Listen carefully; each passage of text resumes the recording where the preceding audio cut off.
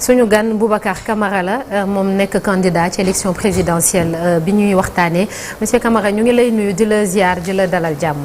ñu ngi leen di fay bu baax di leen sant ci invitation bi merci beaucoup.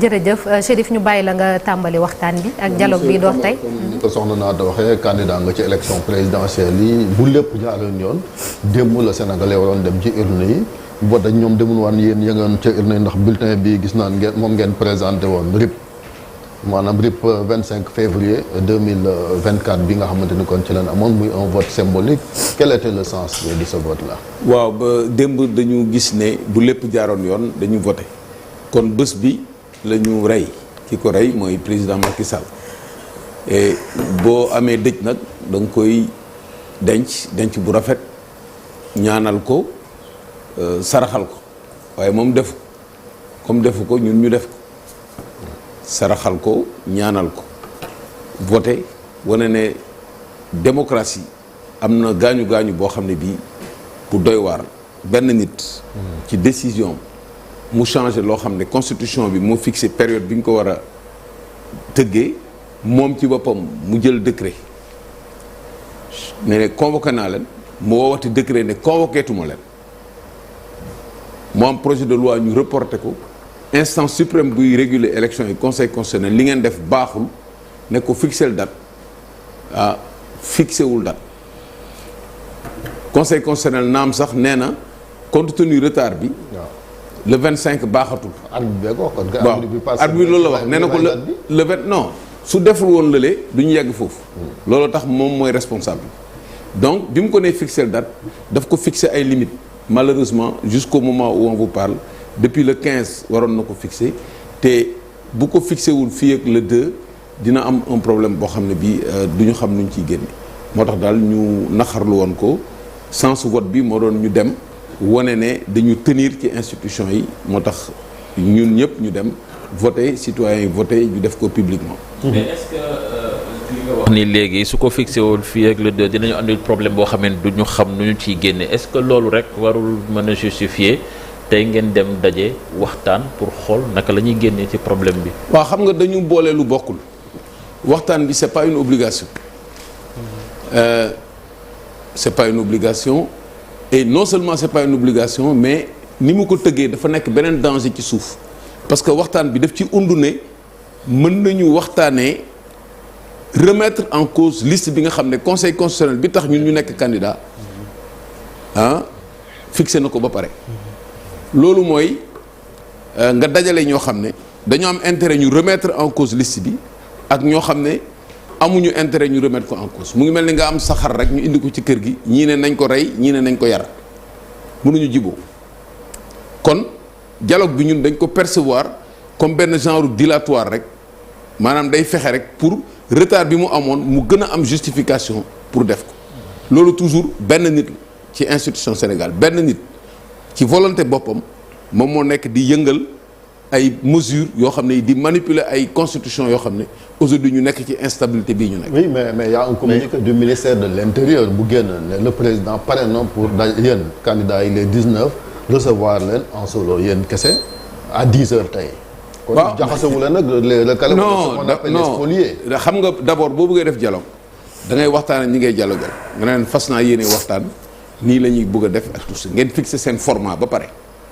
nga doog a dem télévision nga expliquer mais yow da nga dem télévision tàggoo kenn nga ne man damay dialogue dinaa woo catégorie yëpp candidat reconnu candidat benn candidat moom mooy bi constitutionnel conseil constitutionnel dinaa woo société civile dinaa woo ñëpp te dinañu waxtaanee non seulement affaire u date bi loolu ça peut même se concevoir mais dinañu waxtaanee même affaire u liste bi donc yow boo ko defee ñun bu ñu fa demee rek dugal nañ suñu bopp mu ne bu ñu d'accordul donc ça veut dire que dialogue bi objectif am mooy am accord boo xam ne c'est impossible au départ parce que objectif yi bokkul nga ne bu ñu d'accordul dinaa ko delloo conseil constitutionnel bi la waxoon nga def date donc yooyu yëpp pour am temps la pour jéggi 2 avril ñun bu ñu comprendre loolu bi ñu bañee nag ne du ñu bokk ci dialogue bi mu xam ne daf koy gêner parce que tout le monde lui dit attention dialogue bu amee tey les principaux concernés bokkuñu ci du am sens ci la ñu ne nag léegi ñëw leen ñu jël leen à part bokku leen ci dialogue bi kooku xale lañ koy mais naxe. comme def na concession yéen it da ngeen non bi gën a garaaw bi gën a garaaw di loolu. Oui. dem nañu ba ne sunu mandataires yi nañ ñëw ñu recevoir leen.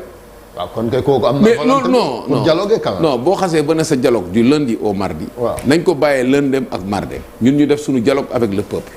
bu paree ba gis résultat dialogue am ñun def nañ suñu requête tout à l'heure lañ koy déposer à 11h au conseil constitutionnel pour demander au conseil constitutionnel mu fixer date parce que kii narul fixer date. léegi monsieur Camara bu fekkente ne moom moo am sañ-sañ maanaam prérogative génne décret pour convoquer corps électoral bi ñu fixer benn date pour présidentielle bi bu dee demoo leen ci waxtaan bi ñu noppi ba pare mu def ko ndax du yokk ci xar mi kawar également bu fekkente ne am ngeen ay proposition ndax mënoo leen dem foofu ngeen wax ko wala. non ñun amuñu benn proposition. ci date bi. c'est pas notre rôle. nous on est des candidats. proposer benn date. non ñun on est des candidats. constitution bi fixé na élection yi wax na conditions yi ñu koy defee encadré na ko moom moo war a jël décret pour fixer date bi mu fixé dañ ciy soumettre. l'essentiel na respecter constitution bi na respecter décision conseil constitutionnel loolu dara yomb dara gënu ci. waaw président. est-ce que amul benn contradiction par rapport ak li nga wax. parce que yow nee nga sànq que ni le président Macky Sall moom moo war a fixer date te yéen nee ngeen tey jii da ngeen def benn requête adressée au conseil constitutionnel pour lui demander mu fixer une date. xam nga lu tax. waaw carence bi. ñun dañuy def une requête en carence daf ko war a def te defu ko te considérer le délai raisonnable passé na non seulement délai raisonnable passé na mais mu ngi dugal ay galgal yoo xam ne yi dafay gën a retardé moo tax ñu demander conseil constitutionnel mu constater carence bi ba pare remédier à la carence daal di fixer une date wane ne am na compétence bi wane ne bu ko deful conséquences yi muy am ci institution yi à partir du 2 dafay grave maintenant avant le 2 su fixer date y a plus de problème. yéen gis nañ ne yéen ci ñi nga xam ne yéen a samp seen nënd am na ñu ci bëri ñoo xamante ne peut-être réeroowuñu ndax yéen a bokk li nga xam ne moom moo di combat bi gis nañ ñenn ci ñoo xamante ni itam jot nañ fay wax ay date yéen ban date moom moo leen arrangé exactement. déggoo lu ma la wax date bu ñu mën a fixer avant le 2. rek baax na. même bu fixer le premier. avant le 2. baax na l'essentiel procédure bi na déclenché wu. bu procédure bi déclenché nga xam ne ñu ngi wut président de la république. en ce moment-là on fait les élections tranquillement le 2 mandat am jeex na loolu amatul werante maintenant mandat am jeex na mais dafa am 2 conditions pour mu dem benn bi mooy mandat am jeex benn bi ñu installer successeur am bu ñu ko installé gul day taxaw xaar mais kooku du prolongation de mandat c'est une situation provisoire qui est prévue par l'article 36 du transition c'est une situation de fait boo xam ne bi dañuy bañ premièrement vacances am. non dañuy bañ premièrement. ñu élire la février mun nañ def élection premier tour ma gagné ma dem palais ne damay jël fonction c'est pas possible. mënuma jël fonction tant que mandat bi jeexul donc je suis obligé d'attendre le 2 mooy première condition. deuxième condition dañuy bañ président 2 mandat am jeex mu ne naa dem te successeur am ñëwul loolu mooy objet article 36. man maa ngi ci hypothèse au-delà du 2 ñun ci loolu la. au-delà du 2 bu amul délai bu amul date. waaw. ça veut dire que da ngeen di d'accord ne benn nit décider na yàq Sénégal parce que bu amul date mënuloo considérer à moins que conseil constitutionnel interprète ça comme une vacance ba pare déclencher intérimu assemblée nationale mais assemblée nationale intérim bi mooy. est-ce que c'est prévu parce que non c'est pas prévu moom laa la wax amu fi décès amu loolu laa la expliquer c'est pas prévu oui. donc dañuy créer benn situation boo xam ne bi voilà quelqu'un qui est là deewul ñaanaluñ ko amul empêchement démissionné bon on peut parler démissionné wul on peut parler de démission amul remplaçant oui. donc on est dans une situation où on ne sait pas ci lan la ñu nekk mais loolu kan moo ko créé benn nit. Macky Sall waaw mais alors mais monsieur Camara yaa ngi doon wax léegi que ni le président cherche un peu à jouer la carte de l'usure mais yéen vous êtes 16 candidats on s'attendait à ce qu'il y ait quand même un rapport de force que vous sortiez que quand même mu am benn manifestation massive boo xam ni day am pour dire non à celui qui a décidé de ça du report de l'élection présidentielle mais gis nañ ni da ngeen a am problème pour mobiliser où est-ce que ça coince. Ah bon, c'est ça que vous avez remarqué? Ah mais c'est ça que j'ai remarqué. Ah non, c'est ce que les Sénégalais ont remarqué. Mais pourquoi coow li am ba ngeen ñuy invité fii? Mais depuis combien de temps on est en train de mettre en place plan d'action, def vote symbolique, def ay manifestations, société civile def manifestation, ba aujourd'hui y a toute la pression ba muy wër di woote ne ñëw leen pour waxtaan di naan bokkatu leen ci dialogue bi concertation la ak yow avec toute la pression internationale ça ne passera pas je vous dis ça ne passera pas c'est pas possible on est dëkk Sénégal dafa nekk dëkk boo xam dafa am tradition démocratique pendant des décennies nit ñi di ñefe pour am élection yu baax am texte yu baax benn nit ñëw pour des raisons politiques muy manœuvrer pour ñu bañ a def élection mais ça ne passera pas c'est pas mais seen plan d'action yi monsieur Camara su ma juumul nekkoo woon ci les premiers à théoriser ce report.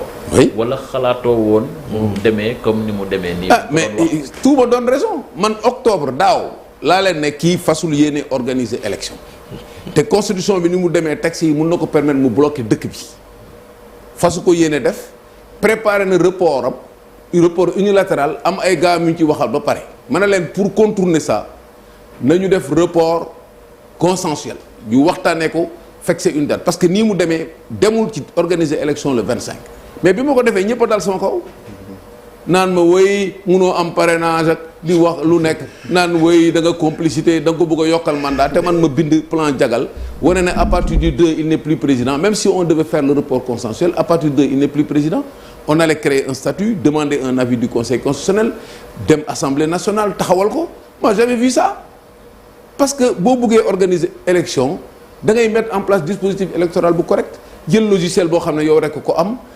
war a coincer parrainage yi fichier bi joxe woo ko lépp tout était organisé. mais maintenant loolu passé na.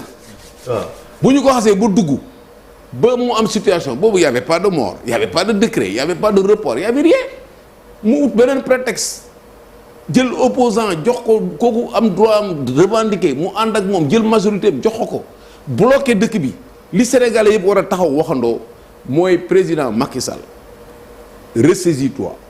Ressaisissez-vous parce qu'il faut encore le vouvoyer nga fixer benn date ñu def sunu élection ci jàmm bu ko deful conseil constitutionnel def ko su ko conseil constitutionnel deful instance internationale yaa ngi fi dinañ ko def mais au sein des oppositions monsieur Camara daf ci am ñoo xam ne lemuñu seen tànk bankuñu ko ñoom dafa mel ni tamit ñu defaraat lépp ñoom moo leen arrangé waaw mais loolu yàgg na fi yow bokkuma ci cere ji awma ci dama ci xëpp suuf loolu kenn mu leen ko tere. dafa am ci ñu mu jafandu tamit. non mënuñu jafandu ci dara. parce que conseil constitutionnel ak texte yi bu xasee boo wax c'est la vérité légale. que ñu def erreur ñu bañ a def erreur c'est la vérité légale bu doon loolu président Macky Sall dina nekk président en 2019 ñun on était là moi j'étais dans les élections on n'était pas d'accord. on s'est réunis ñu ne duñu def recours mais duñ ko reconnaître jusqu'à présent kenn félicité wu ko parce que reconnaître wuñ ko pourtant mooy président lekk reconnaître nañ ko comme président. dafa am ñu théoriser solution politique bi à la place de la solution juridique. waaw mais non lépp solution politique la. parce que élection c'est par excellence politique. mais dans le respect des institutions. mais munoo casser institution yi ba pare ne da ngay def solution. mais boo koy méngalee ak li xew Mali par exemple nga xam ni fi mu ne nii les partis d'opposition ak la société civile génn nañu pour wax militaires yi ni leen ñu fixer date parce que dañ ni woon le 24 février normalement militaires yi waroon nañu fixer date nga méngale ko ak li xew Sénégal quelque part est-ce que c'est pas un recul démocratique boo xam ni ñun dañ ci reculer profondément. waaw recul la encore que fële amul woon décision conseil constitutionnel. bu fixé en cas dafa amoon rupture un coup d'état boo amee coup d'état ñoom day ay engagement politique la ñuy jël vis-à-vis CEDEAO ne dañuy fixé date mais fii li fi am yow sa bopp da nga changer date bi conseil constitutionnel ne la li nga def baaxul kase ko ne la fixer date dans les meilleurs délais ne la date bi warul passer le 2 parce que sa mandat dafay jeex le 2 yow lan nga ci war a def yaa xëy le lendemain dans la journée tu appelles les 16 candidats les 20 candidats tu leur dis lii laa bëgg a def su ma ko defee benn instant ñun bi ñuy def recours ma wax la loolu ñun bi ñuy def recours contre le décret on a même ouvert une fenêtre en disant au besoin rattraper les jours de campagne perdus au besoin mënoon nañu imposer les 21 jours même nous on était prêts à la concession pour ñu bañ a rattraper tous les jours pour éviter rek ñu yegg ci situation bi mais mu koy pousse di ko pousse te moom li mu def dès le lendemain il a fait un communiqué pour dire il va se conformer à la constitution donc il clignote à droite il tourne à gauche waaw mais yéen lii c'est tellement évident que ñëpp a war a taxaw wax ko mu dellu gannaaw parce que il est en train de créer en refusant quand même dem ci dialogue ba est-ce que nekkul di leen jaxase ak l'opinion muy national ak international ndax ne moom kat am naa volonté ngir ñu waxtaanee date ba ngeen lànk na wuy jiw leen ko. waaw mais xam nga nag opinion moom ku nekk da ngay wax rek ku nekk da ngay def sa conviction boobu. parce que CEDEAO loolu la wax dialogue CEDEAO sàkku na ngeen dialogue. waaw bu leen woowee dialogue ngeen bañ a dialogue ji donc. non xam nga bu fekkee da nga convaincre communauté internationale bi ne leen problème bi c'est entre sénégalais on va s'entendre dans les 2 jours on va parler et les principaux concernés ñëwuñu sa dossier day yàqu. moom dossier bi dafa yàqu moo tax muy jéem a rattraper nañ ko bàyyi ak 2 jours am bu paree mu fixé date bu fixé date avant le 2 xayrun on n'a pas de problème. bu fixé wul date ñun déjà on a fait notre recours conseil constitutionnel dina jël responsabilité je pense que conseil constitutionnel li mu jël responsabilité casser décret bi casser loi bi ba mun ko wax ne baaxul pour jël responsabilité fixer date ci conditions yi mu fixé woon ci décret ci décision am loolu warul nekk problème. monsieur Camara est-ce que yéen pare ngeen pour def ay concessions pour wàññi au moins la durée de la campagne électorale pour que ñu mën a dem. oui mais jaratu ko sax. jaratu ko parce que dérapage am na ba pare. fi mu toll délai bi ñu am nii. quelle que soit date boo fixé élection. si on compute les délais sauf que ñu def ko premier tour. ñu def élection premier tour kenn jàll affaire bi jeex. même bu loolu amul avec mais supposons que mu am annulation élection. ñu def élection ba pare ñu def deuxième tour. ba pare mu am 2 candidats kenn ki contesté mu am des raisons valables d'annuler le scrutin. Qu'est-ce qu'on fait du ñu reprendre élection yi. Pendant ce temps, qu'est-ce qu'il faut faire? C'est l'article 36 qu'on applique. Donc on ne nous fatigue pas avec cette histoire d'article 36. Il n'y a rien de nouveau. C'est prévu pour ces cas-là. C'est pas prévu pour une prolongation de mandat. ay kenn éliruma awma successeur damay toog te yow successeur bi yaa war a fixer date bi ñu organiser élection yi loolu foo ko mos a gisee. mais il y a un pan du discours de Macky Sall quand même keroog ci interview bu mu def ak la presse boo xam ni ça doit vous interpeller. mooy fi muy wax naan Sénégal quand même di jot na ñu fàtte tous les problèmes yi fi jotoon am que mu en fait muy wax un peu pour réconciliation nationale ñu nekk benn pour essayer un peu de sauver la face par rapport aux défis qui nous attendent est-ce que le discours là également ça vous interpelle pas? Nous on va le faire après le 2 on va organiser tout ça on l'avait prévu avant ne nañu apaiser libérer prisonniers yi def amnistie def vérité réconciliation wàcce tension bi régler quelques questions économiques mais c'est trop tard il reste quelques jours pour les élections bu ñu libérer prisonniers yi c'est tant mieux libération sans condition après ñu xool la vérité kooku quand on sera élu on va s'occuper de ça il doit s'occuper de l'élection fixer date kese lañ ko laaj c'est la seule diligence qu'on lui demande après lui avoir donné le pouvoir pendant 12 ans d'accord depuis mu xaatim li nga xam ne moom moo di décret bi yéen a ngi wax lu soxal date bi organiser ngeen fii ay rassemblement du benn du ñaar teewul mu campé ci li nga xam ne moom moo di position lan moom mooy nekk seen beneen plan d'action bi ngeen nam amal bu fekkee date bi ngeen bëgg amul wala bokk mu passé le 2 avril.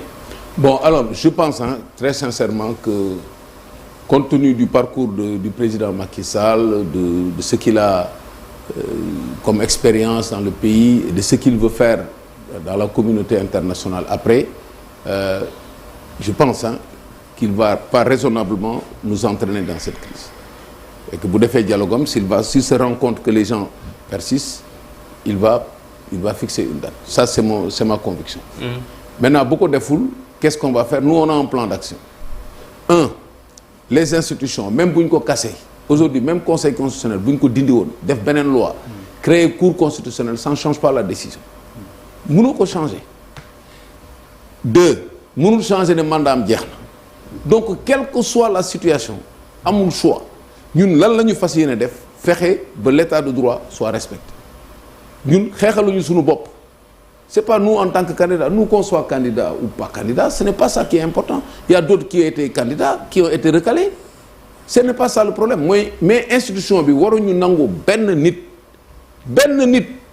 ci décision dans sa truc mu yeewu di jël ay actes yoo xam ne yi moom mooy créer toute la mais est-ce que gis nga conséquence économique gu affaire bi moi je suis en contact avec des gens qui me disent on arrête tout investisseurs yi on arrête tout on ne vient pas chez vous on n'a rien à faire li ñu fi dugaloon la ñu xool li ñu koy génne pour décision benn nit mais quand même faut pas mais conseil constitutionnel bi waral coow nag am na ay critiques yoo xamante ni c'est fondé parce que en tout cas cours de l'histoire ak des événements wane na ko ay candidats yoo xamante ni seen double nationalité c'est avéré am na ci koo xam ne sax gis nga Rose Wardini ba elle s'est retirée loolu aussi quand même est-ce que du jox dëgg Macky Sall ak tamit mbiram corruption même si encore wax wanegul fii preuve bu ne am na ñun ci loolu laa lay wax y a la vérité légale gis nga nit institution yi li ñu leen di laaj mooy ñu àtte yoon àtte dëgg yàlla moo ko moom yàlla rek mooy àtte dëgg ñoom dañuy àtte yoon dañu ne balaa nga nekk candidat il faut avoir benn nationalité mais munoo contrôler 160 et quelques pays yëpp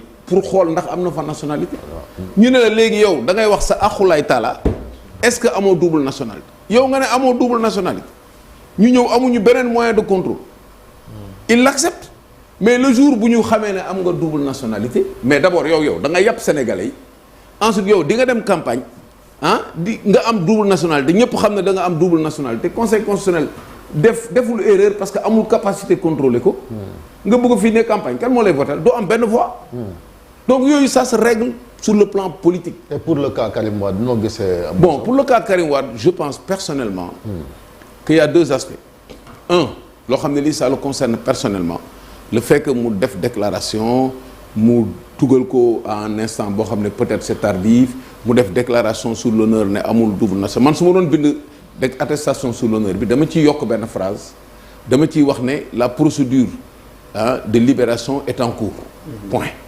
comme ça c'est clair mais dans le fond au moment bi conseil constitutionnel di trancher il n'avait plus deux nationalités donc le conseil constitutionnel devait tenir compte de ça parce que ce qui est important c'est pas l'intention la déclaration au départ mais c'est les faits c'est une situation d'état qui droit juriste la xam ne li may wax ay affaire u état ça se juge au moment T donc il fallait absolument accepter ça et faire de cela une jurisprudence mais malheureusement ça n'a pas été fait et c'est la vérité légale c'est fini même s'il a raison même bu dee moo am dëgg mais amul yoon. Alors monsieur Camara n'avez-vous pas une autre perception du président Macky Sall bu différente de celle bi nga xam ne moom lañ gisoon fan yee ci ginnaaw xañ na ndax melul ni koo xam ne dafa dem ba doyal bëgg a bàyyi nguur gi wala. parce que avant muy def discours 3 juillet bi ñu bëri dañoo yaakaaroon ni acte bu mu posé mooy dafa bëgg a bokk nekk pour 3e mandat finalement il l'a pas fait. Bon xam nga aussi les hommes politiques ils ont leur stratégie Parfois ils peuvent donner l'impression qu'ils en ont marre parfois ils donnent l'impression qu'ils veulent rester tu ne peux pas savoir mais ñun on juge sur les faits les faits daal c'est que bëgg a dem ak bañ a dem mu ngi jaxase dëkk bi. tàggoo na fële sax tàggoo na Abuja ba Ouattara rendre compte tàggoo na ne moom bi mooy dernier sommet mais daal jaxase dëkk bi moom mu ngi koy def. monsieur Camara. waaw loolu moom c'est une constante. te du ñaari nit du ñetti nit bu dee am na keneen ku ci bokk ngeen wax ñu ko par décret la. monsieur Camara ñu gis ne report donc de l'élection présidentielle une première au Sénégal sur le plan politique tey jii nga bokk ci ñi nga xam ne ñoom ñoo samp seen nënd ci élection yi bu fekkee suñu borom dogaloon na tey nga jiite woon réew mi nekk président de la République ndax njiit mu réew mi day doon seetu ci yow ndax dina doon modèle sur le plan politique doxalinam ak jaar-jaaram. kan président Macky Sall. ndax na nekk modèle pour yow wala. Oh sur certains points oui mais. Comme ban ak ban. Sur d'autres points par exemple il a beaucoup travaillé sur l'équité territoriale ça il a veillé à ce que les investissements entrent dans le fond du pays ça quand même été c'était pas évident il était obligé de prendre sur le budget de faire des programmes rapides de rattrapage cette fibre sociale là ça je l'aime bien chez Macky Sall. Si la nga ko dul topp. du ma ko topp ci il est trop politique. C'est-à-dire. Par exemple, regarde ce qui se passe, il fait trop de calculs politiques, les combinaisons politiques, ça je n'aime pas. On a comme donné chef de parti, bon président. Non, c'est impossible. Chez nous, d'ailleurs, je suis pas chef de parti, moi, je suis président d'honneur de mon parti. Et voilà. Nous, on n'est pas dans ça. Avant-dernière question, Cheikh Tidiane. Monsieur Camara, xam nga jamono yee passé bi mu jëlee décret bi ba pare waxtaan ak AP yëkkati foofu benn kàddu boo xamee ne ñu bari bi ñu ko déggee daf leen a xaw a jaaxal ni que nos politiques si on ne peut pas s'entendre il y a des forces plus organisées yoo xamee ni mën nañu ñëw jël mbir mi loo analyser wax jooju c'est une maladresse ou bien genre ballon de sonde la wala invite boo xamee ni wax dëgg fa yàlla amu fi place.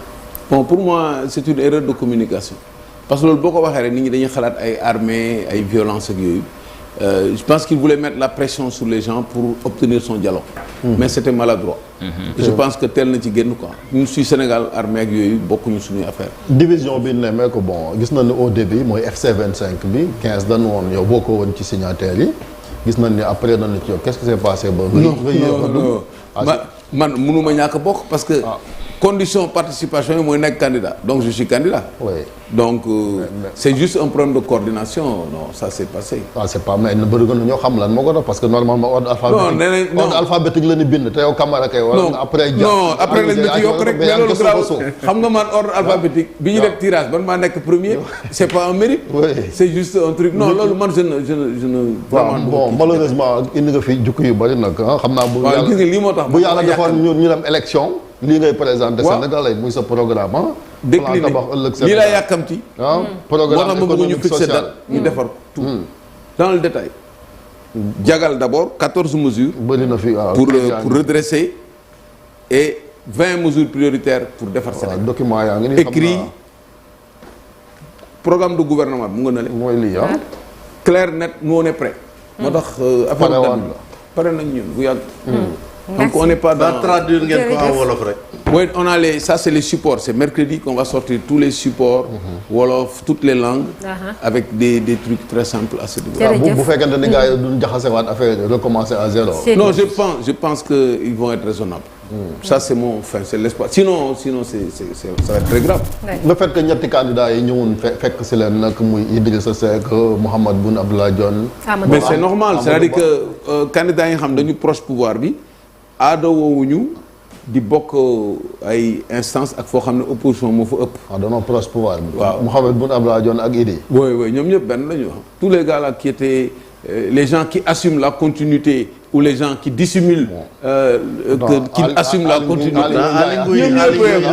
ñoom ñëpp c'est la continuité. loolu moom léegi nag gis nga nag fi mu ne nii comme dañoo jiboo ci benn combat.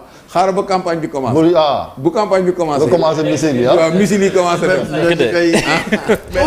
nañu nekk ak yéen F25. waaw mais non moo tax ma ne fi mu ne nii man du ma sànni xeer kenn ñun ñëpp ñoo ko.